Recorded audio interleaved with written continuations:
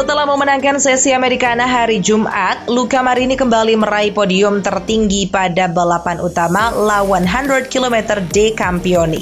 Luca Marini menang balapan lawan 100 km de Campioni 2024 ini bersama sang kakak, Valentino Rossi, yang menjadi pasangannya.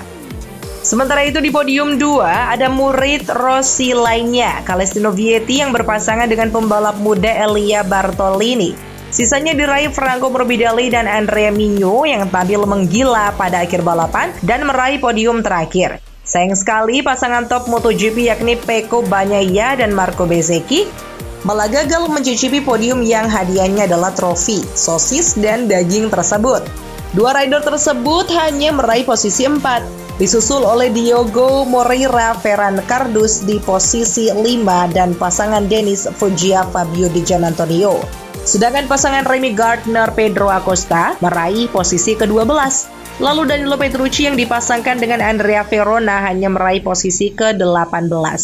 Meski hanya balapan senang-senang, acara lawan 100 km de Campioni ini diselenggarakan dengan sangat meriah. Penontonnya banyak, hadiahnya juga menarik. Bahkan usai balapan, acara podiumnya lumayan meriah dengan adanya pesta kembang api.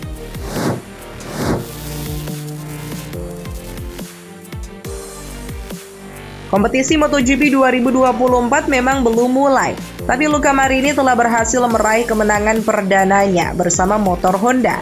Kemenangan itu diraihnya di ajang balapan lawan 100 km de Campioni, ajang balap ekshibisi tahunan yang digelar di trek pribadi Valentino Rossi BR46 Ranch. Marini yang menggunakan Honda CRF 450 keluar sebagai pemenang pada sesi La Americana balapan eliminasi yang digelar pada hari Jumat petang. Pada sesi La Americana ini ada 4 pembalap terkencang sejak hari Kamis dan Jumat yang dilombakan. Marini bertarung langsung dengan rookie Moto2 Diogo Moreira, pembalap junior GP Elia Bartolini, serta sang kakak sendiri Valentino Rossi.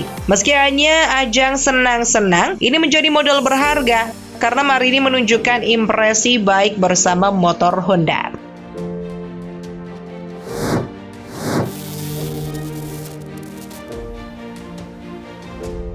Setelah tampil apik dalam tes resmi MotoGP di Valencia November lalu, Marc Marquez banyak dijagokan sebagai salah satu kandidat juara musim ini. Akan tetapi, target tinggi tersebut ditolak Marquez.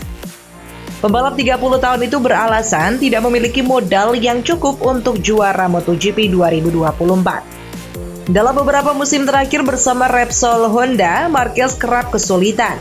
Bahkan sejak akhir Oktober 2021, The Baby Alien tidak pernah memenangkan balapan.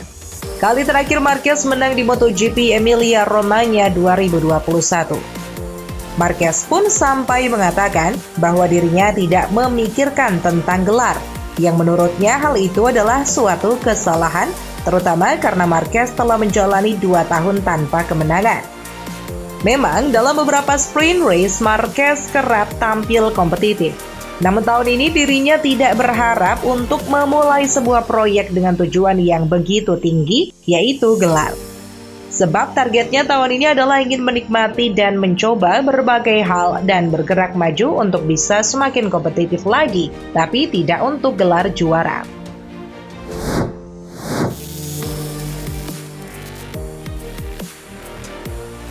Tak selamanya biaya atau ongkos untuk menjalankan sebuah tim MotoGP lebih mahal dari Moto2. Terkadang justru sebaliknya. Informasi tersebut sempat diungkap oleh Sito Pons, juara dunia kelas 250cc 2 kali, sekaligus pendiri tim Porsche Racing yang telah malang melintang di Grand Prix.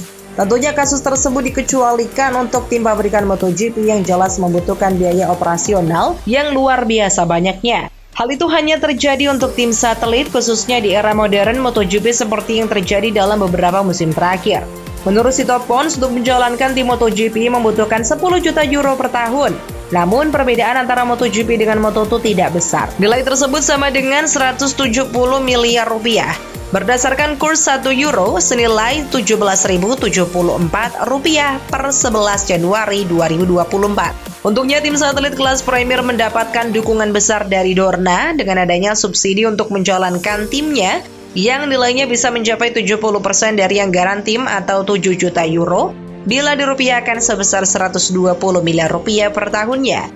Jadi rata-rata tim satelit MotoGP hanya tinggal mencari sisa 3 juta euro atau 51 miliar rupiah untuk menutup anggaran tahunannya, tentunya melalui sponsorship.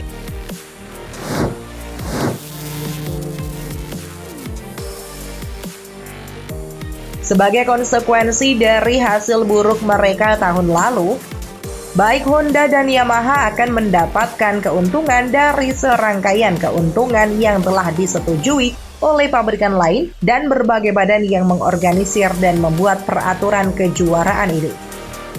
Terlepas dari opsi untuk terus mengembangkan mesin sepanjang musim, sementara pengembangan pabrikan lain dihentikan. Poin lain yang menguntungkan Yamaha dan Honda adalah kemungkinan untuk melakukan tes private sebanyak yang mereka inginkan dengan pembalap mereka.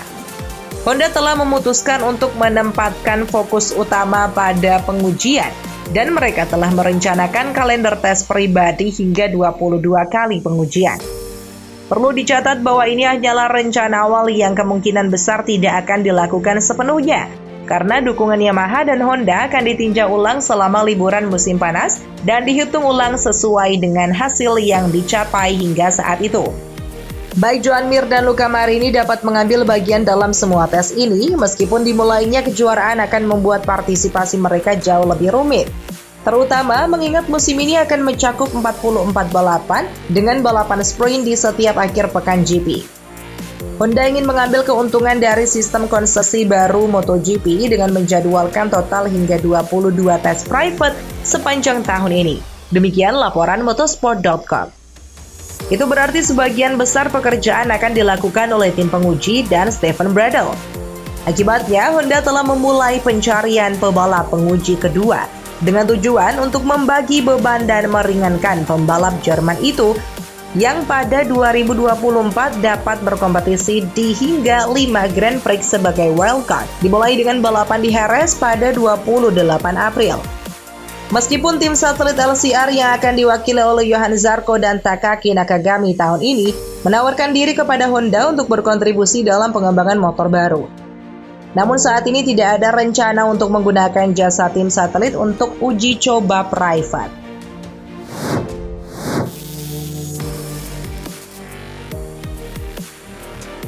Pedro Acosta mengalami banyak kesulitan saat melakukan debut mengendarai KTM RC16 pada tes MotoGP Valencia bulan November 2023 lalu.